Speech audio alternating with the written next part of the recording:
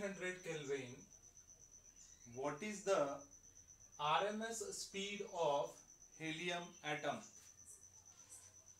यहां पे हमें एग्जाम्पल जो है ये हीलियम गैस का दिया हुआ है और यहां पे हम एक चीज नोट करेंगे कि अगर हमने किसी कंटेनर में हीलियम गैस ले लिया और मान लो इसका जो टेम्परेचर है ये फिलहाल के लिए हम कंसीडर कर लेते हैं 100 केल्विन है, तो 100 केल्विन ये टेम्परेचर पे ये जो हीलियम एटम्स है ये हीलियम एटम्स कुछ कम स्पीड से रैंडमली इस कंटेनर के अंदर में मूव करेंगे।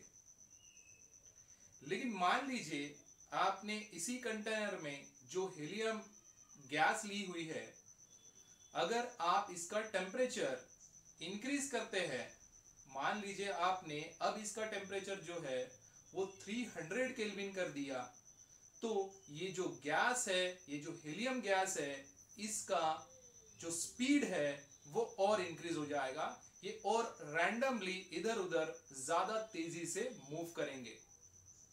सो हमें इस क्वेश्चन में एक्चुअल में निकालना क्या है, तो हमें निकालना है RMS speed of this helium atom at 300 kelvin.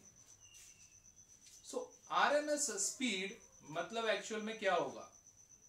RMS speed is equal to जो ये होता है square root of average velocity का square, that is called as root mean square.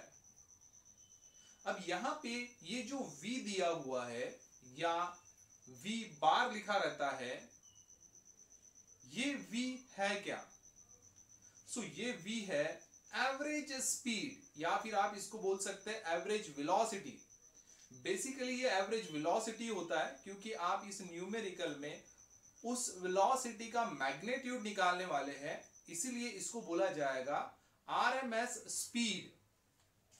अब एवरेज वेलोसिटी का ये जो कंसेप्ट है आप इसको समझ लीजिए। देखिए किसी कंटेनर में जो मॉलिक्यूल्स हम लेते हैं, जो एटम्स हम लेते हैं, वो एटम्स रैंडमली मूव कर रहे हैं और हर एक एटम जो मूव करता है ये डिफरेंट वेलोसिटी से मूव करता है। किसी का वेलोसिटी कम हो सकता है, किसी का वेलोसिटी और ज्यादा हो सकता है, किसी और एटम का और ज्यादा वेलोसिटी या और कम वेलोसिटी इसका हो सकता है। तो बेसिकली जो कंटेनर में गैस रखी हुई है उनके जो एटम्स है या मॉलिक्यूल्स है, ये हर एक मॉलिक्यूल्स डिफरेंट वेलोसिटी से मूव कर रहा है। तो अगर मान लो आपको किसी को बताना होगा कि इस कंटेनर में रखी हुई वो जो गैस है वो अगर मूव कर रही है, रैंडमली मूव कर रही है, तो कितने वेलोसिटी से मूव कर रही है, अगर ये बताना होगा तो आप इसमें किसका वेलोसिटी बताएंगे? क्योंकि हर एक पार्टिकल का जो वेलोसिटी है यहां पे डिफरेंट है, तो इस वजह से आप क्या ये पार्टिकल का वेलोसिटी बोलेंगे, v1 पार्टिकल का वेलोसिटी इतने वेलोसिटी से ये मूव कर रहा है, लेकिन दूसरे पार्टिकल्स फिर वो तो कुछ डिफरेंट वेलोसिटी से मूव कर रहा है। तो इसलिए यहां पे कंसेप्ट आ जाता है एवरेज वेलोसिटी का। ना हम कम वेलोसिटी वाला पार्टिकल लेंगे, ना हम ज्यादा वेलोसिटी वाला पार्टिकल लेंगे, तो हम वेलोसिटी लेंगे एक एवरेज वेलोसिटी। तो हम किसी और को अगर बताएंगे तो इस कंटेनर में जो गैस है इसका हम एक एवरेज वेलोसिटी से उसको बताएंगे। जैसे यहां पे क्वेश्चन में पूछा गया है कि 300 केल्विन पर इसका RMS वेलोसिटी कितना रहेगा, तो बेसिकली 300 केल्विन पर इसका जो एवरेज वेलोसिटी क्या रहेगा, सबसे पहले तो वो हमें देखना पड़ेगा। तो चलिए देखते हैं कि 300 केल्विन पर ये रूट मीन स्क्वायर वेलोसिटी निकालने वाले हैं, जिसमें रूट में जो v और उसका स्क्वायर दिया है इस कितना बताती है, देखते हैं। तो सबसे पहले गिवन क्या दिया है वो हम लिख लेंगे। सो गिवन हमें दिया हुआ है कि जो कंटेनर में गैस रखी हुई है उस गैस को जो टेम्परेचर मिल रहा है, वो जो हीलियम गैस है उसको जो टेम्परेचर मिल रहा है वो है 300 केल्विन। सो यहां पे लिख देंगे T is equal to 300 kelvin. इसके अलावा आप आगे देख सकते हैं कि ब्रैकेट में लिखा हुआ है mass of the helium atom. So mass of the helium atom, जिसको हम m से इंडिकेट कर देते हैं, ये आपको दिया हुआ है 4u, और 1u इज इक्वल टू, इसका भी वैल्यू आपको दिया हुआ है, दैट इज 1.66 इंटू 10⁻⁻27 kg। सो आप इसको ऐसा भी लिख सकते हैं, दैट इज 4 इंटू 1u, और 1u का वैल्यू भी आपको दिया हुआ है, it is equal to 4 into 1.66 into 10⁻⁻27 kg।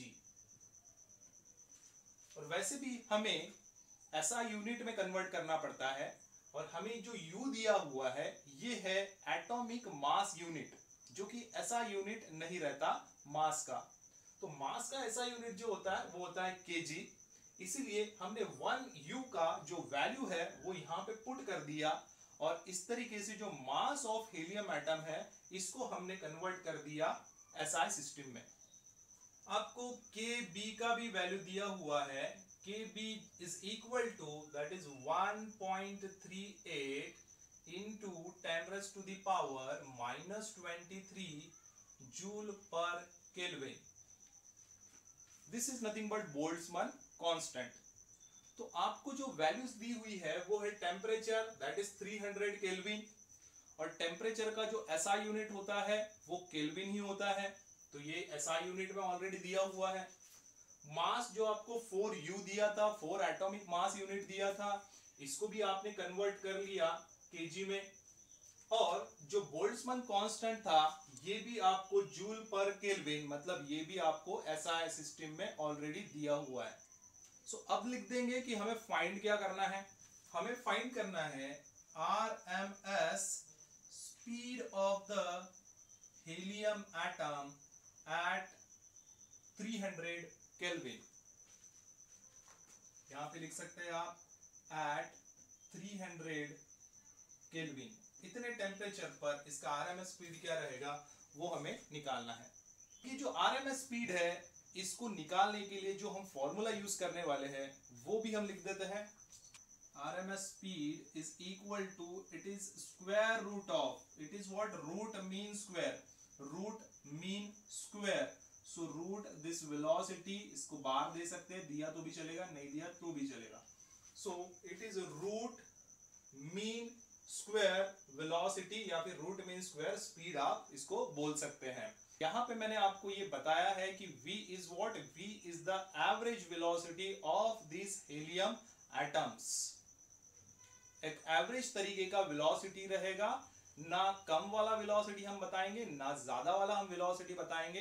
तो जितने भी पार्टिकल्स है ये एवरेजली कितने वेलोसिटी से मूव कर रहे हैं वही एवरेज वेलोसिटी ये रहेगा पार्टिकल का। अब हमने यहाँ पे आरएमएस स्पीड का जो फॉर्मूला यूज किया है वो है square root of v bar square, और जहां पे मैंने v बोला है कि ये एक एवरेज वेलोसिटी रहेगा। सो क्या हमें क्वेश्चन में एवरेज वेलोसिटी का कोई वैल्यू दिया हुआ है?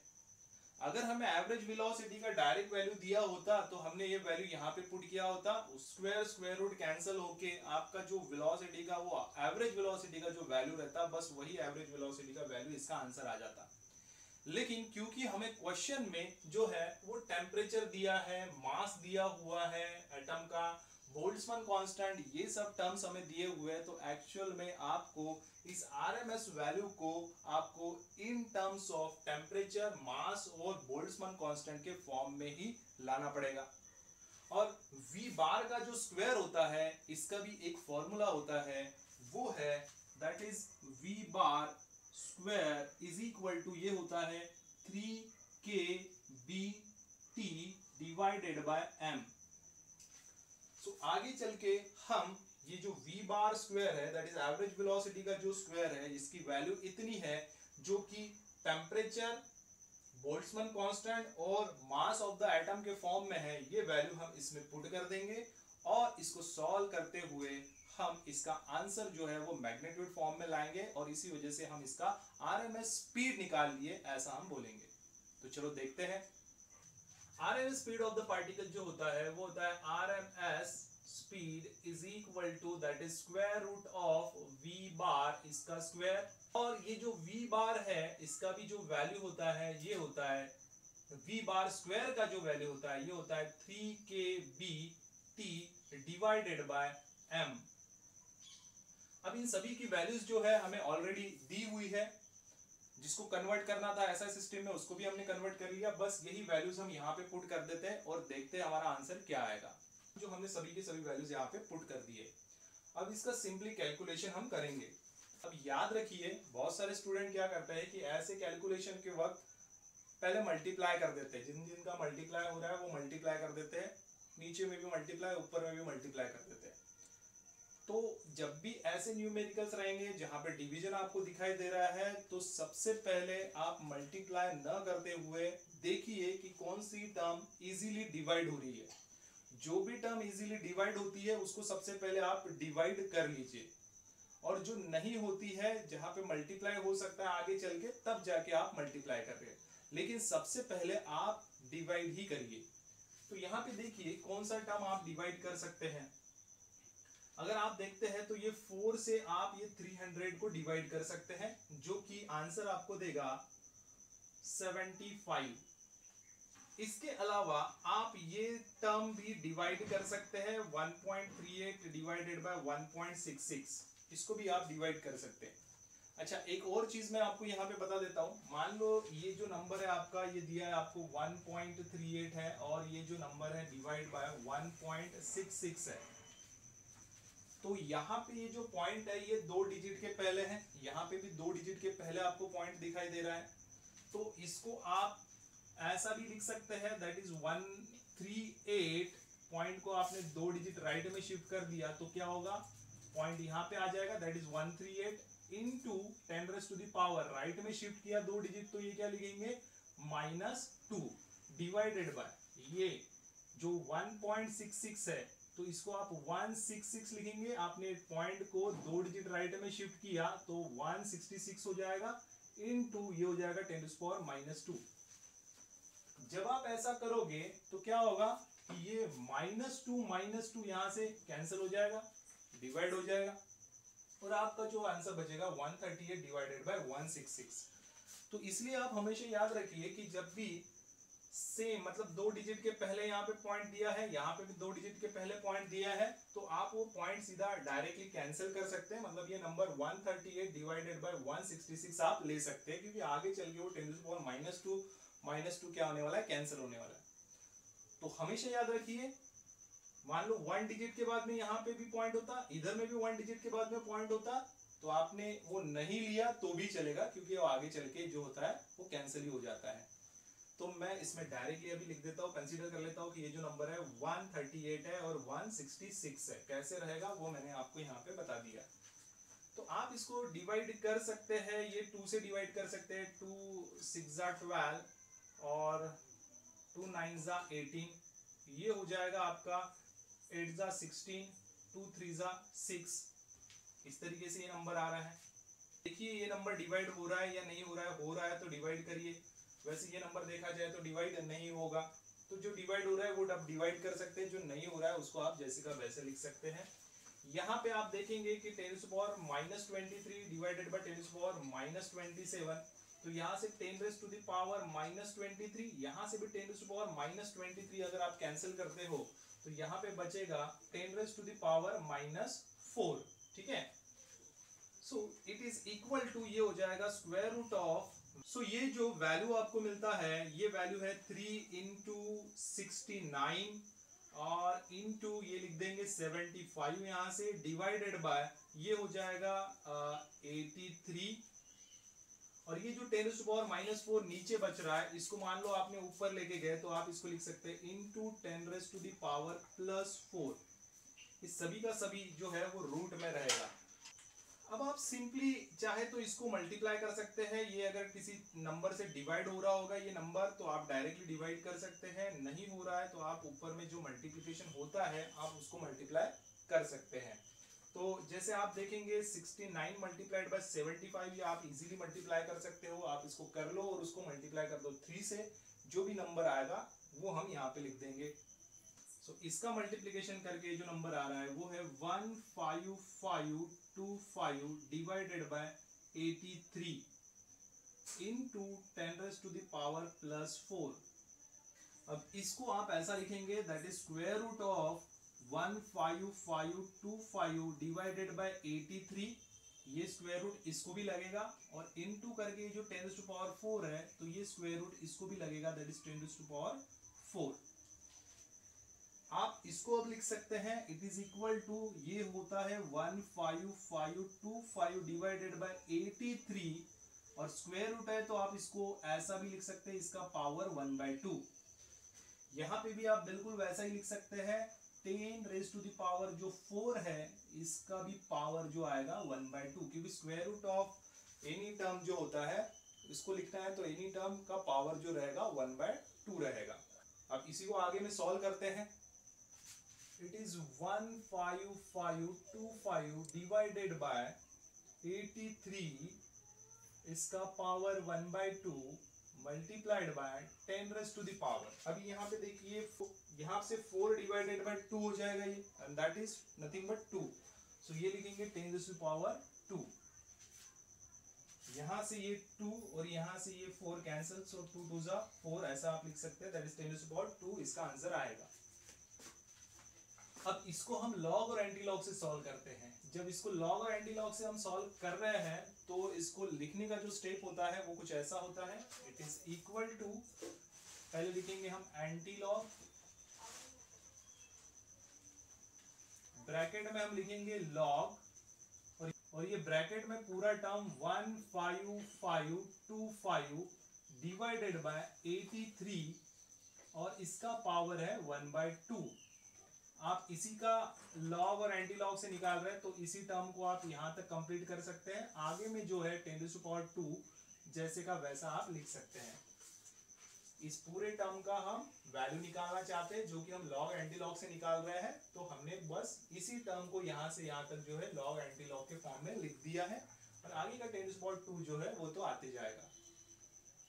अब इसको हम सॉल्व करते हैं।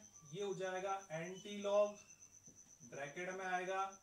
अब ये देखिए, ये आपका एक लॉ है जो है log ऑफ m⁻n, ये होता है n log of m, n इधर आता है, log ऑफ m जैसे का वैसा इधर साइड में रहता है। तो ये देखिए log ऑफ m⁻n हो रहा है, तो इसको हम लिखेंगे n, दैट इज 1/2 साइड में आएगा, log हो जाएगा और यहाँ पे आप लिखोगे ब्रैकेट में 15525 डिवाइडेड बाय 83। तो इस तरीके से आप इसको लिख सकते हैं और साथ में रहेगा 10⁻²। इसको भी सॉल्व करेंगे। अब ये आपको एक और लॉ की तरह दिख रहा है, वो है that is log of m divided by n। log of m divided by n क्या होता है? ये होता है log of m minus log of n। तो ये फॉर्मूला जो है यहाँ पे हम अप्लाई करेंगे log of m divided by n वाला। तो देखते हैं इसके आगे में और कैसा लिख सकते हैं इसको। So this is equal to anti log, ये होगा 1/2 मल्टीप्लाइड बाय, इसको आप लिखेंगे log of 15525 minus log of 83। यहाँ पे ये वाला ऐसा ब्रैकेट कंप्लीट और बड़ा ब्रैकेट जो स्क्वायर ब्रैकेट है वो भी कंप्लीट और साथ में लगेगा इनटू 10⁻²। अब हम इस नंबर का लॉग निकालेंगे, इस नंबर का भी लॉग निकालेंगे और उसको आगे चल के सब्ट्रैक्ट कर देंगे। तो देखते हैं कैसे कर सकते हैं। So it is equal to anti log, bracket में आएगा 1/2 मल्टीप्लाइड बाय, यहाँ पे लॉग ऑफ दिस नंबर। अब ये नंबर 1 से बड़ा है तो यहाँ पे फॉर्मूला लगेगा n-1 वाला कैरेक्टरिस्टिक निकालने के लिए। और देखिए पॉइंट कहाँ पे, तो पॉइंट कहीं पे नहीं है, मतलब सबसे लास्ट में रहेगा पॉइंट। और लास्ट में अगर पॉइंट रहता है तो देखिए पॉइंट के लेफ्ट में कितने डिजिट है, 1 2 3 4 5 डिजिट है। सो ये हो जाएगा 5 - 1, 5 - 1 इज 4। तो यहां से इसका जो लॉग निकलेगा उसका जो आंसर रहेगा ये 4 पॉइंट से स्टार्ट होगा। आगे में आपको करना क्या है, इनिशियल नॉन जीरो से 2 की पेयर लेना है जो कि 15 बनेगा यहाँ पे। फिर थर्ड टर्म लेना है और फिर फोर्थ टर्म लेना है, 5 और 2 आ गया फिर इसके बाद में। सो हमें लॉग टेबल में 15 का 5 और 2 में देखना है, लॉगरिथम वाले पेज में 15 का 5 और 2 में। तो जो भी आंसर आता है ऐड करके वो आपको यहाँ पे लिखना है। किसी भी नंबर का लॉग कैसे फाइंड आउट करते हैं, अगर ये आपको समझना है तो आप मेरे ये वाले वीडियो में देख सकते हैं। सो 15 का 5 और 2 में जो आता है वो नंबर है, पूरा ऐड करके आएगा 1909। तो ये हो गया 4.1909 माइनस करके लॉग ऑफ 83। अब यहां पे भी देखिए नंबर ग्रेटर देन 1 है तो यहां पे भी फॉर्मूला लगेगा n-1 का। n-1 यहां पे देखिए पॉइंट कहां पे, तो पॉइंट कहीं नहीं है, मतलब सबसे लास्ट में है। लास्ट में है मतलब यहां से 2 डिजिट दिख रहे हैं आपको, पॉइंट से लेफ्ट में 2 digit, so that is 2 2 minus 1, 2 minus 1 is 1। तो इसका आंसर जो स्टार्ट होगा वो 1 पॉइंट से स्टार्ट होगा। और आगे में क्या करेंगे, इनिशियल नॉन जीरो से 2 की पेयर मतलब 83, और आगे में कुछ नहीं है मतलब वो रहेगा 0 0। तो हमें बेसिकली मैंटिसा निकालने के लिए क्या करना है, 83 का 0 0 में देखना है। 83 का 0 में जो है आपको मिलेगा वो नंबर है 9191। इस तरीके से आपने इसका भी जो लॉग है वो निकाल लिया है। ये ब्रैकेट हम कंप्लीट कर देते हैं और साथ में जो है 10⁻², ये साथ में लगेगा। सो हम करते हैं इसको सिंपली सब्सट्रैक्ट और ये हो जाएगा 4.1909 माइनस 1.9191। इसको जब आप सब्सट्रैक्ट करोगे तो कुछ ऐसा होगा, 9 में से 1 माइनस करते हो 8 बचेगा, 0 में से 9 नहीं जाता तो आप यहाँ पे 10 ले सकते हैं, 10 में से 9 जाएगा तो 1 बचेगा। 10 लिया है तो कैरी देना पड़ेगा, कैरी नीचे दिया तो ये 1 + 1 2 हो जाएगा, और 9 में से 2 माइनस हो सकता है और बचेगा यहाँ पे 7। वैसे ही अभी 1 में से 9 नहीं जाता तो आपको लेना पड़ेगा 11, 11 में से 9 जाएगा तो बचेगा यहाँ पे 2, पॉइंट के नीचे में आप पॉइंट दोगे, और अभी यहाँ पे 11 लिया था तो कैरी भी नीचे देना पड़ेगा, तो इसके लिए हम इसका कैरी जो है नीचे देंगे। और ये 4 माइनस ये 1 + 1 हो जाएगा 2, तो 4 माइनस 2 मतलब बनेगा 2, 2.2718। देखिए कुछ लोग डिफरेंट तरीके से भी इसको सब्सट्रैक्ट करते हैं, मतलब यहाँ पे जो है इधर साइड वाला नंबर थोड़ा और कम ले लेते हैं। वैसे भी आपको अगर सब्सट्रैक्शन करना होगा तो आप वैसा भी करके देखिएगा, आपको यही आंसर मिलेगा उसमें। सो इसको हम लिख देते हैं, इट इज एंटी लॉग, यह आएगा ब्रैकेट में 1/2, या फिर आप इसको डायरेक्ट लिख सकते हैं। इसका जो सब्सट्रैक्शन है वो ये है, दैट इज 2.2718 डिवाइडेड बाय, आप यहाँ पे ये 2 लिख सकते हैं, और इनटू 10⁻², साथ में जो है उसको भी हम लिख देंगे। अब सिंपली इसको इससे डिवाइड कर देते हैं, और डिवाइड करने से हमें मिलेगा, this is 2 1 * 2 point, again 2 1 * 2, again 2 3 * 6, और ये 2 5 * 10 और 2 9 * 18। तो इसका जो डिवीजन करके आएगा 1.1359 आएगा। इसको हम लिख देते हैं, so it is equal to anti log of, bracket में आएगा 1.1359 इंटू 10⁻²। अब इस नंबर का जो है वो हम एंटी लॉग निकाल लेंगे। किसी भी नंबर का एंटी लॉग कैसे निकालते हैं, अगर ये आपको समझना है तो आप मेरे ये वाले वीडियो में देख सकते हैं। तो फिलहाल इस नंबर का एंटी लॉग निकालते हैं। इस नंबर का एंटी लॉग निकालने के लिए आपको करना पड़ेगा, पॉइंट से 2 की पेयर बनानी पड़ेगी, फिर थर्ड सिलेक्ट करना है, फिर फोर्थ सिलेक्ट करना है। इस तरीके से हम एंटी लॉग वाले पेज में जो नंबर फाइंड आउट करते हैं, जो ऐड करके हमें मिलता है वो एक्चुअल में इसका मैंटिसा रहता है। तो सबसे पहले हमें उसका मैंटिसा निकाल लेना है। तो इसका जो मैंटिसा आएगा पॉइंट 13 का 5 और 9 में, वो है 1368। ओके, ये हो गया इसका मैंटिसा। मैंटिसा जब हम निकालते हैं उसके बाद में हम क्या करते हैं, उसके बाद में हम करते हैं जो फर्स्ट नॉन जीरो डिजिट दिखाई दे रहा है उसके बाद में हम पॉइंट दे देते हैं, और आगे चल के लिखते हैं इनटू 10⁻²। पॉइंट के लेफ्ट में जो नंबर है वही नंबर इसका पावर देते हैं। तो 10⁻, यहाँ पे 1 है तो हमने यहाँ पे लिख दिया 10⁻1। यहाँ पे 1 है इसलिए हमने लिख दिया 10⁻1, और आगे में ये 10⁻² जो 2 है इसको हम जैसे का वैसा लिखेंगे इसी के नीचे में। अब ये हो जाएगा 10⁻1 और ये 10⁻2, ये मिलके हो जाएगा आपका, इसको हम लिख देते हैं 1.368 और ये होगा इंटू 10⁻+3। और आगे चल के आपको इस +3 को भी हटाना है, तो इस पॉइंट को आपको शिफ्ट करना पड़ेगा। अब ये 10⁻3 दिया हुआ है, तो इसी के बगल में अगर 10⁻³ आता है तो वो हो जाएगा कैंसल। और 10⁻³ लाने के लिए आपको इस पॉइंट को 3 डिजिट राइट में शिफ्ट करना पड़ेगा। तो इसको हम लिख सकते हैं दैट इज 1368। पॉइंट को आपने इधर में शिफ्ट कर दिया, 3 डिजिट शिफ्ट कर दिया, इसलिए आप लिखोगे इंटू 10⁻³ और आगे में जो है ये है 10⁻3। 10⁻³ क्यों आया? क्योंकि आपने इस पॉइंट को 3 डिजिट राइट में शिफ्ट किया। राइट में जब भी शिफ्ट करते हैं तो 10⁻- लिखते हैं और जितना भी डिजिट हम शिफ्ट करते हैं वो लिखते हैं। 3 डिजिट शिफ्ट किया इसलिए 3। अब ये 10⁻+3 -3 गेट कैंसल। तो आपका जो आंसर आना चाहिए वो आंसर रहेगा 1368। This is the answer. और क्योंकि ये वेलोसिटी है, रूट मीन स्क्वायर वेलोसिटी है, root mean square velocity is nothing but a velocity. Velocity दे रहा है आपको, एवरेज वेलोसिटी का जो रूट मीन स्क्वायर है उसका वेलोसिटी आपको ये दे रहा है। तो वेलोसिटी होने की वजह से इसका जो ऐसा यूनिट रहेगा वो भी रहेगा मीटर पर सेकेंड। वेलोसिटी का जो ऐसा यूनिट होता है वो होता है मीटर पर second. And this is the value of RMS. Speed आप इसको बोल सकते हैं, RMS speed of the helium atom, जिस पर हमने टेम्परेचर कितना अप्लाई किया था, 300 केल्विन इतना टेम्परेचर हमने अप्लाई किया था। उतने टेम्परेचर पर जो हीलियम एटम रैंडमली इधर उधर मूव करते हैं उनका रूट मीन स्क्वायर जो वैल्यू होता है वो होता है 1368 मीटर पर सेकेंड। तो आई होप स्टूडेंट्स आपको ये जो न्यूमेरिकल है वो समझ में आया होगा। अगर ये न्यूमेरिकल आपको समझ में आया तो वीडियो को प्लीज लाइक करिए, चैनल को सब्सक्राइब करिए और आप ये वीडियो अपने फ्रेंड को भी शेयर करिए सो दैट उनको भी इसका इंफॉर्मेशन मिल सके। तो आज के लिए बस इतना ही, मिलते हैं नेक्स्ट वीडियो में। Thank you.